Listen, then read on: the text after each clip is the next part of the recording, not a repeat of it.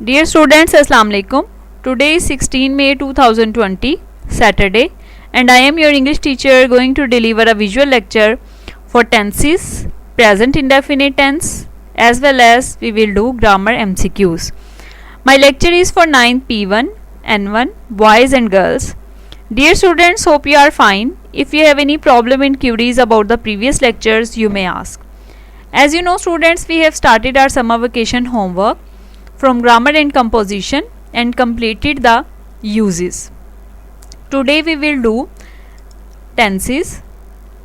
Tenses के बारे में बहुत सारे स्टूडेंट्स ने 9th से पहले छोटी क्लासेस में भी यकीनन पढ़ा है.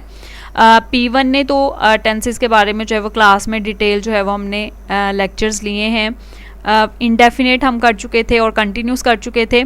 N1 के लिए चूँकि ये एक नया टॉपिक है, ठीक है, तो आपने जो है इसको ध्यान से समझना है. टेंसेस जो हैं वो बहुत ज़्यादा इम्पॉर्टेंट हैं. आपका एक बहुत इम्पॉर्टेंट आपका ये ग्रामेटिकल कॉन्सेप्ट है. आपके एनुअल पेपर में आपको पता है, जैसा कि मैंने इमेज जो शेयर किया था आपके साथ, एक बोर्ड के पेपर का जो कि 2019 का फैसलाबाद बोर्ड का पेपर था, जिसमें हमने देखा था कि क्वेश्चन नंबर 8 जो है वो यूजेस और टेंसेस से रिलेटेड होता है, यानी ट्रांसलेशन होती है जो कि आपने सेंटेंसेस, उर्दू जो सेंटेंसेस होते हैं उनको इंग्लिश में आपने ट्रांसलेट करना होता है. ठीक है, जैसा कि हमने यूजेस करते हुए ये बात की थी कि आपका जो क्वेश्चन है उसमें मिक्स होके आपके सेंटेंसेस आते हैं डिफरेंट टेंसेस से रिलेटेड और उसके साथ साथ यूजेस. ठीक है, आपने सबसे पहले तो उनको आइडेंटिफाई करना होता है, फिर उसके बाद आपने जो है वो उनको ट्रांसलेट करना होता है. तो आज हम जो है वो टेंस जो टॉपिक करने जा रहे हैं, सबसे पहले आपको ये पता होना चाहिए कि what is meant by tense. ठीक है, how many tenses are there, इस तरह के क्वेश्चंस यकीनन आपके जहन में होंगे. ठीक है, तो सबसे पहले हम इसका इंट्रो कर लेते हैं. टेंस का मतलब क्या है? टेंस जिसका मतलब है ज़माना. ठीक है, टेंसेस मीन्स ज़माने. The word tense comes from the Latin word tempus which means time. अगर हम इसके जो ओरिजिन की तरफ जाएं, यानी ये कहाँ से ये वर्ड हमारे पास आया, आपको पता है बहुत सारे इंग्लिश वर्ड्स जो हैं वो लैटिन से माखूज़ हैं, यानी उससे डिराइव्ड हैं, उससे अखज़ किए गए हैं. ठीक है, तो इसलिए ये जो वर्ड टेंस है, मतलब TENSE टेंस, ये लफ्ज़ जो है वो लैटिन में एक वर्ड है, लातीनी लफ्ज़ टेम्पस से निकला है, जिसका मतलब क्या होता है? टाइम, यानी वक्त. So tense denotes the time of action of verb, यानी वर्ब जो है, वर्ब यानी कि काम, एक्शन, कोई भी अमल, ठीक है, वो कब वकू पजीर हुआ उसका वक्त हमें बताता है. तो ये बात तो हमें समझ में आ गई कि what is meant by tense. ठीक है, टेंस का मतलब क्या है? ज़माना, प्लूरल है इसकी, टेंसेस ज़माने. ये कहाँ से हमारे पास वर्ड आया है? लैटिन वर्ड है एक, जिसका के मतलब टेम्पस का होता है टाइम, वक्त. अब टेंसेस जो हैं उनका रोल क्या है लैंग्वेज में, ये हम क्यों करते हैं? सबसे पहली बात, आपने ध्यान से इस बात को सुनना है कि टेंसेस, आपको पता है कि कोई भी जो काम हम करते हैं वो किसी ना किसी ज़माने में करते हैं. ऐसा ही है, ठीक है, यानी कि हम खाना खाते हैं, हम पढ़ते हैं, हम चलते फिरते हैं, हम जो है वो सोते हैं. जैसे हमने कल यूजेस किए थे, use of has, have, had हमने किया था कल. ठीक है, हमने किया था काम. इसी तरह आज हम जो है वो टेंसेस के बारे में जानेंगे, कल हम जो है वो कंटिन्यूस टेंस के बारे में जानेंगे. आज हमने क्या करना है? आज हम टेंसेस करने लगे. अब देखें, काम है, कल भी हमने किया, आज भी किया और आने वाले कल में भी हम करेंगे. ठीक है, लेकिन उसका टाइम वेरी कर रहा है, डिफरेंट हो रहा है. ठीक है, एक वो वक्त जो कि गुजर गया है, एक वो वक्त जो कि अभी मौजूद है, और एक वो वक्त जो कि आने वाला है. ठीक है, अब प्रेजेंट कौन सा वक्त है? जो कि मौजूद है. प्रेजेंट का मतलब होता है मौजूदा, पास्ट का मतलब होता है माजी, गुजरा हुआ, और फ्यूचर का मतलब होता है आने वाला, या फिर इसे उर्दू में कहते हैं हम मुस्तकबिल. ठीक है, तो how many tenses are there, आपसे कोई पूछता है, देयर आर 3 टेंसेस, 3 ज़माने हैं. वक्त जो है वो सिर्फ ये 3 हैं। इन्हीं 3 ज़मानों में कोई भी काम होते हैं। आगे फिर उनके ऑस्पेक्ट्स हैं डिफरेंट, जो कि इंडेफिनेट है, कंटिन्यूस है, परफेक्ट कंटिन्यूस है। ठीक है, तो आपने इस चीज़ को, इस बात को इस चीज़ से कंफ्यूज नहीं करना कि आपसे कोई पूछता है कि how many tenses are there, तो 12 हैं। 12 नहीं है, बल्कि 3 ही ज़माने हैं। आगे उनके डिफरेंट ऑस्पेक्ट्स हैं, फिर डिफरेंट उसकी फॉर्म्स हैं आगे, जैसे कि किसी भी चीज़ की ब्रांचेज या काइंड्स होती हैं। तो मेनली 3 ही ज़माने हैं। ठीक है, या तो माजी है, हमने कोई काम माजी में किया होता है, या मौजूदा वक्त में करते हैं, या आने वाले वक्त में करते हैं। ठीक है, तो टेंसेस का लैंग्वेज में क्या रोल है कि कोई भी हमने काम बताना है तो हमने किसी न किसी ज़माने में बताना है वो। ठीक है, कि कोई काम हमने किस ज़माने में किया था। ये तो हो गया टेंसेस का इंट्रो। अब आगे हमने देखा कि how many tenses are there, 3। ठीक है, 3 है ज़माने। अब टेंस मीन्स टाइम, यानी टेंस का क्या मतलब है, वक्त, ज़माना। प्रेजेंट, पास्ट और फ्यूचर। अब आ जाएं आप इसके डिफरेंट ऑस्पेक्ट्स पे। हर एक टेंस, यानी 3 है ना टोटल, हर एक टेंस के आगे 4 ऑस्पेक्ट्स हैं, 4, जो कि हर एक टेंस के लिए सेम है। जैसे simple, continuous, perfect continuous. Simple को इंडेफिनेट भी बोलते हैं। ठीक है, हम आम तौर पे वैसे इसे ज़्यादातर हम जो है वो इंडेफिनेट ही बोलते हैं। सिंपल, जिसे कि उर्दू में सादा या फिर इंडेफिनेट है, तो वो उसे मुतलिक हम बोलते हैं। कंटिन्यूस, जो कि जारी है। और परफेक्ट, मुकम्मल, परफेक्ट कंटिन्यूस, मुकम्मल जारी। अब एक बात स्टूडेंट्स अपने जहन में रखें कि बहुत सारी चीज़ें ऐसी हैं जो कि स्लाइड में आपको जो है वो शो नहीं की जाती या लिखी नहीं जाती, तो आप अपने पास टेंसेस करते हुए ख़ास तौर पे नोटबुक कोई भी रफ़ जो है वो आप रख सकते हैं, ताकि डिस्कशन में जो चीज़ें आपको मैं बता रही होती हूँ उसको आप उन पॉइंट्स को जहन में रखने के लिए उस पर लिखते जाया करें। ठीक है, अब जैसे सिंपल है, सादा, ये 4 ऑस्पेक्ट्स हैं हर एक टेंस के, यानी हर एक टेंस के हैं, तीनों के तो टोटल हुए ये 12। ठीक है, अब हर एक ये जो 4 हैं इनको हम जो है वो ब्रीफली डिस्कस कर लेते हैं। सादा जो फ़िक्रे हैं, मुतलिक, इसको इंग्लिश में जो है वो हमने सिंपल कहा है, तो उर्दू में सादा। इसके लिए हम जो कीवर्ड, हमेशा मैं आपसे कहती हूँ कि जब भी कोई भी ग्रामेटिकल कॉन्सेप्ट आपने याद रखना है तो उसको एक कीवर्ड से, एक लफ्ज़ के हिंट से याद रखा करें। कोई भी जो है वो सिंपल टेंस होगा या इंडेफिनेट होगा, प्रेजेंट इंडेफिनेट होगा, पास्ट इंडेफिनेट होगा, फ्यूचर इंडेफिनेट होगा। ठीक है, वो उसके आखिर पे हमेशा जो है वो ता, ती और ते आता है। जो कंटिन्यूस होगा वो जारी है, यानी जब कोई काम जारी है, अभी चल रहा है, तो तब वो कंटिन्यूस होगा, वो चाहे प्रेजेंट कंटिन्यूस हो, पास्ट हो या फ्यूचर हो। उसके लिए पहचान जो है वो आप उर्दू में याद रखेंगे, रहा, रही, रहे। ये मैं टेंसेस की पहचान बता रही हूँ, आगे उनके ऑस्पेक्ट्स के साथ अभी इन्हें रिलेट नहीं कर रही।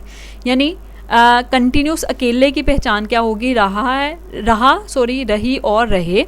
इसी तरह से परफेक्ट की अलिफ छोटिए बढ़िए, या फिर चुका, चुकी, चुके। और परफेक्ट कंटिन्यूस में तो सिंपल मुकर्ररा मुद्दत या मुकर्ररा जो वक्त है उसका जिक्र होता है, यानी दिन से, वो 2 दिन से ये कर रहा है, वो 3 घंटे से ये काम कर रहा है, वो कल से ये काम कर रहा है। इस तरह के सेंटेंसेस जब होंगे जिसमें मुकर्ररा वक्त या मुद्दत का जिक्र होगा, वो परफेक्ट कंटिन्यूस होंगे। मुकम्मल जारी, यानी जब कोई काम मुकम्मल हो गया हो कुछ हद तक और अभी भी जारी हो।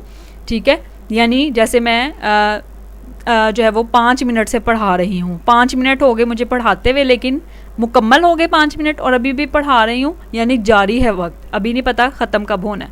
ठीक है, तो ये होगा मुकम्मल जारी कॉन्सेप्ट। और परफेक्ट में जब कोई काम मुकम्मल हो गया और मैं 5 मिनट पढ़ा चुकी हूँ, ठीक है, तो 5 मिनट पूरे में कंप्लीट हमने काम कर लिया, तो वो परफेक्ट की सेंस हमें दे रहा है काम के मुकम्मल हो जाने की। कंटिन्यूस, मैं अभी पढ़ा रही हूँ, ठीक है, जब अभी काम के जारी होने की सेंस हमें किसी सेंटेंस में नज़र आए। और सादा फ़िक्रों में जब कोई काम जो है वो मामूल से या रूटीन से हो रहा है। ये हो गई हमारी जो है वो ब्रीफ इंट्रो जो है वो हमारे सारे ऑस्पेक्ट्स का, सारी जो आप इनको काइंड्स या जो भी कहें, फॉर्म्स वैसे इन्हें कहते हैं या ऑस्पेक्ट्स बोलते हैं इन्हें। ठीक है, अब प्रेजेंट के साथ ये चारों मिले हैं, तो प्रेजेंट सिंपल या present indefinite tense, present continuous, present perfect continuous, 4 हो गए। 5वां past indefinite, past continuous, past perfect continuous. Total 8 हो गए, इनको लिखते जाएं अपने पास नोटबुक पे। फिर फ्यूचर आ जाएगा आपका, future indefinite, future continuous tense, future perfect tense और फ्यूचर परफेक्ट कंटिन्यूस टेंस। ठीक है, ये आपके हो गए टोटल 12। इस तरह नंबरिंग के साथ आपने इनको अपनी नोटबुक पे लिखना है। अब मैं आपको बता दूं कि आपने इनको नोटबुक पे लिखना कैसे है, या अभी तक जितना हमने काम टेंसेस के बारे में किया है। सबसे पहले आप अपना एक पेज रेडी करेंगे, मार्जिन लाइन ड्रॉ करेंगे, डेट मेंशन करेंगे, हेडिंग देंगे। आप फोल्डर, आपको मैंने कहा था बना लें पहले ही टेंसेस वाला एक अलहदा फोल्डर। ठीक है, जैसे आप फोल्डर बनाते होते हैं नोटबुक पे एक पेज का। ठीक है, अब आप जो पेज रेडी कर चुके हैं उस पर आप टॉपिक लिखेंगे टेंस। ठीक है, ये टेंसेस, और उसको ब्रैकेट में आगे लिखेंगे प्रेजेंट इंडेफिनेट टेंस। क्लियर हो गया?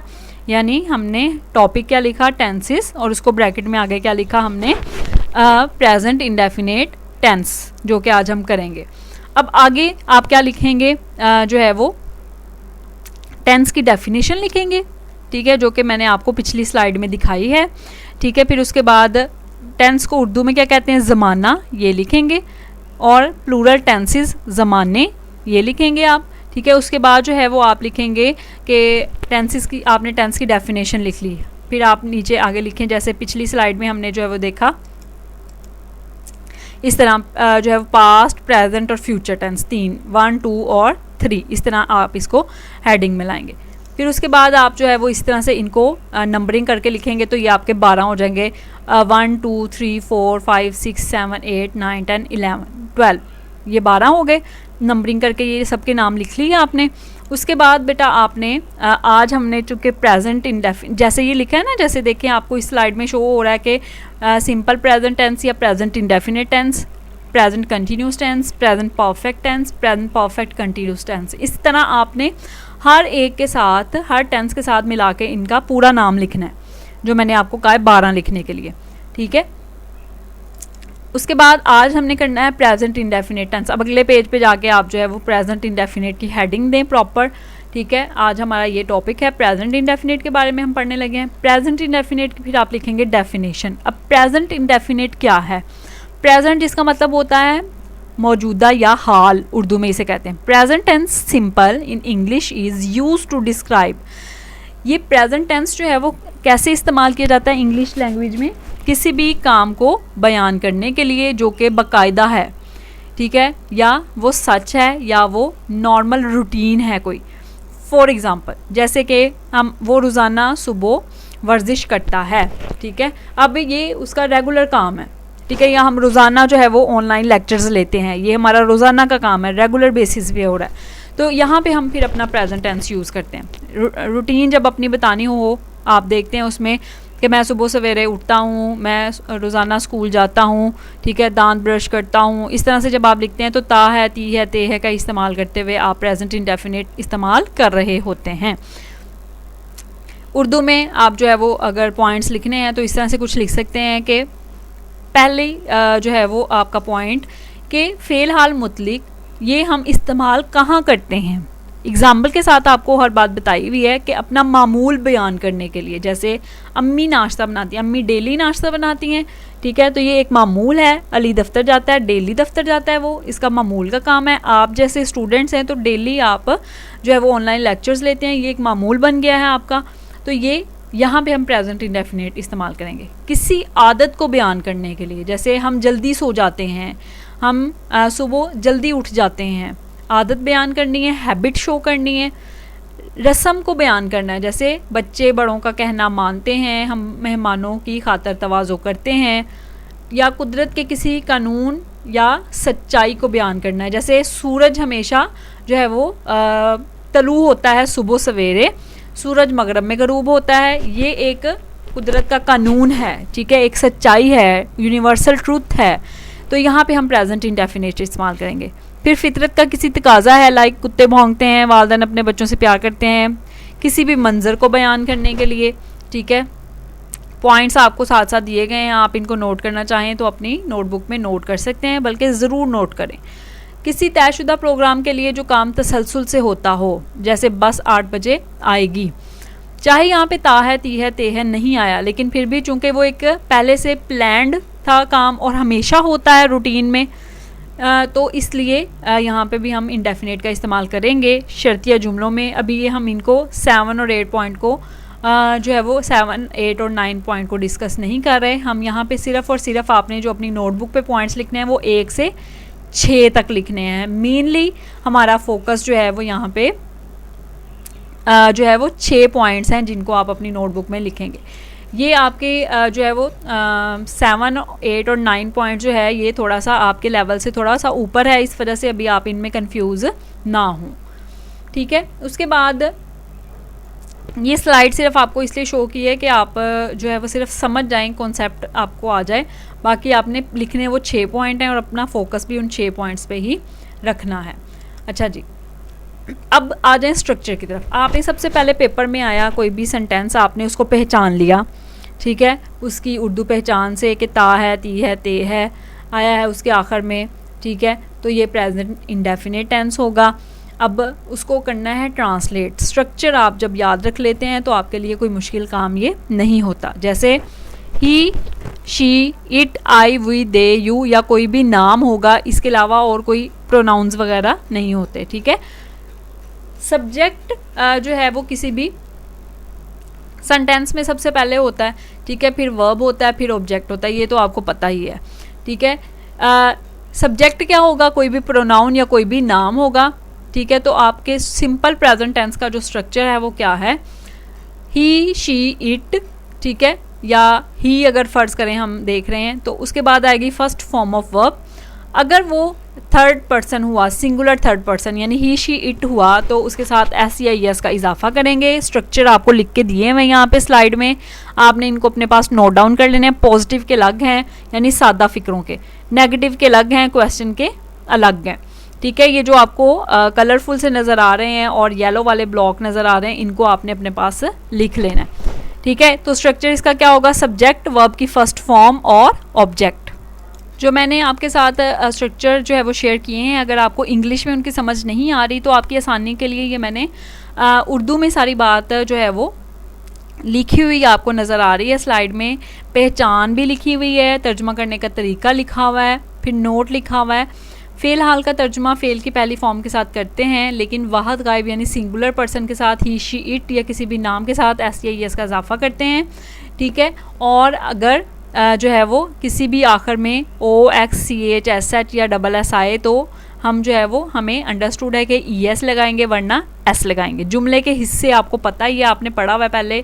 सब्जेक्ट होता है जो कि काम करने वाला, फ़ाइल उर्दू में कहते हैं, ठीक है। फिर उसके बाद काम होता है जिसे उर्दू में फ़ेल कहते हैं, ठीक है। और जो है वो वर्ब होता है जो कि काम होता है। जुमले की तरतीब उर्दू में, जुमले की तरतीब अंग्रेज़ी में किस तरह होती है? सब्जेक्ट, वर्ब, ऑब्जेक्ट, हमेशा किसी भी सेंटेंस में इसी तरह होता है।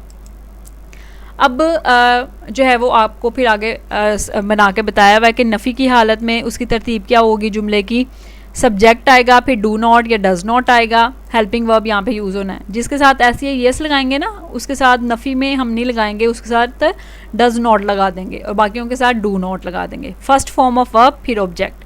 इसी तरह जो सवालिया फ़िक्रे हैं उनमें हम जो है वो डू और डज़ जो है वो सेंटेंस से पहले ले आते हैं। अब आप जब इससे रिलेटेड एक्सरसाइजेज जो आपके ग्रामर कंपोजिशन में हैं वो करेंगे तो आपको ज़्यादा अच्छे तरीके से इसकी समझ आ जाएगी। आपकी एक्सरसाइज पेज नंबर 75 या 74 पे होगी। अपनी ग्रामर कंपोजिशन पे देखें, प्रेजेंट इंडेफिनिट वाली एक्सरसाइजेज। पहला सेंटेंस है आपका बेटा, गीदड़ शाम को चीखते हैं। Jackals howl in the evening. देखें, आपका सेंटेंस आया, आपको नज़र आया, उसके आखिर पे ता है, ती है, ते है आया, ठीक है। इसी तरह जो है वो अब आप इसको ट्रांसलेट करेंगे। सबसे पहले क्या आएगा? Subject, jackals. फिर क्या आएगा? वर्ब, ठीक है। चीखना, गीदड़ के चीखने को कहते हैं हाउल, वो लगा दिया। उसके बाद जो बाकी का सेंटेंस रिमेनिंग होगा उसको इंग्लिश में ट्रांसलेट कर लेंगे। शाम को, इंग्लिश इसकी होती है इन द इवनिंग। सेंटेंस आपका पूरा हो गया, jackals howl in the evening, full stop. उसके बाद आ जाए, मैं अपने भाई से प्यार करता हूँ, आई लव माई ब्रदर, ठीक है। हम हर रोज़ अखबार पढ़ते हैं। We read newspaper every day. Aslam Eid पे नए जूते खरीदता है। Aslam buys new shoes on Eid. गरीब आदमी मुश्किल से गुजर बसर करता है। The poor man lives from hand to mouth. अमीर आदमी गरीबों को हकारत से देखता है। The rich man looks down upon the poor. मुर्गियाँ सारा साल अंडे देती हैं। The hens lay eggs round the year. आप 10वीं जमात को अंग्रेज़ी पढ़ाते हैं। You teach English to the 10th class. मैं तैरना जानता हूँ। I know how to swim. ये लड़का हमेशा शोर कर this boy always makes a noise. ये लड़का हमेशा शोर करता है। खुदा उनकी मदद करता है जो अपनी मदद आप करते हैं। God helps those who help themselves. हम बैंक से रुपया हर रोज़ निकलवाते हैं। We draw the money from the bank every day. तुम झूठे बहाने बनाते हो। You make lame excuses. डूबते को तिनके का सहारा। A drowning man catches at a straw. सूरज मगरब में गरूब होता है। The sun sets in the west. ये पहली एक्सरसाइज थी जिसके 15 सेंटेंसेज हैं जो कि आपने अपनी नोटबुक में आपको पता है लिखने हैं।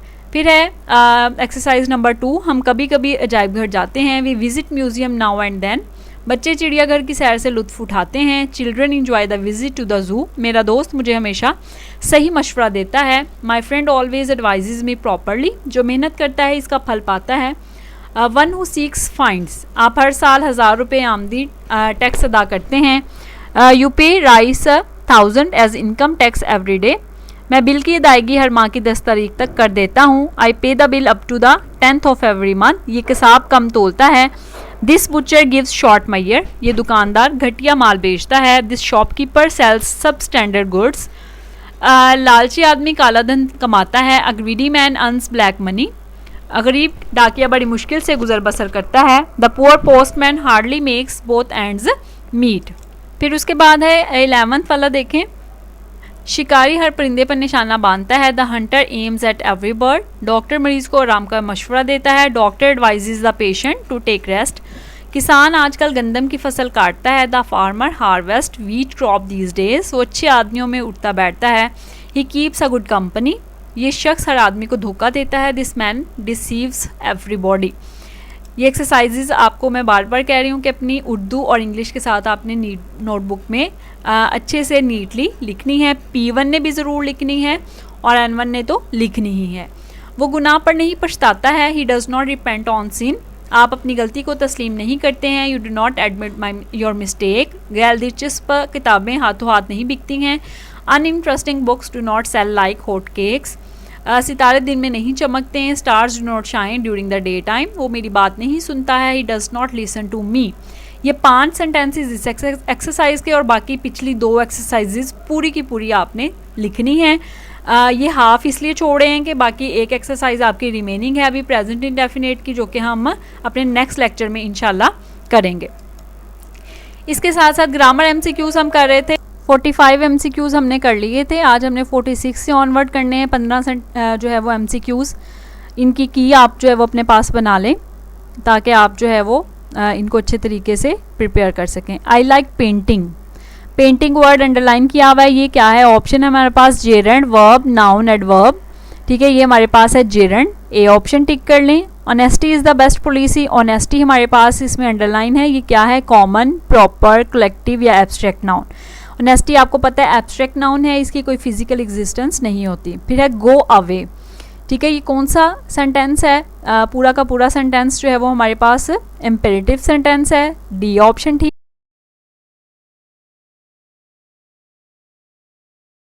जो है फिगर्स ऑफ स्पीच, जब डायरेक्टली किसी को कोई जो है वो कह दिया जाए तो उसको हम जो है वो मेटाफर बोलते हैं। They finish the work in time.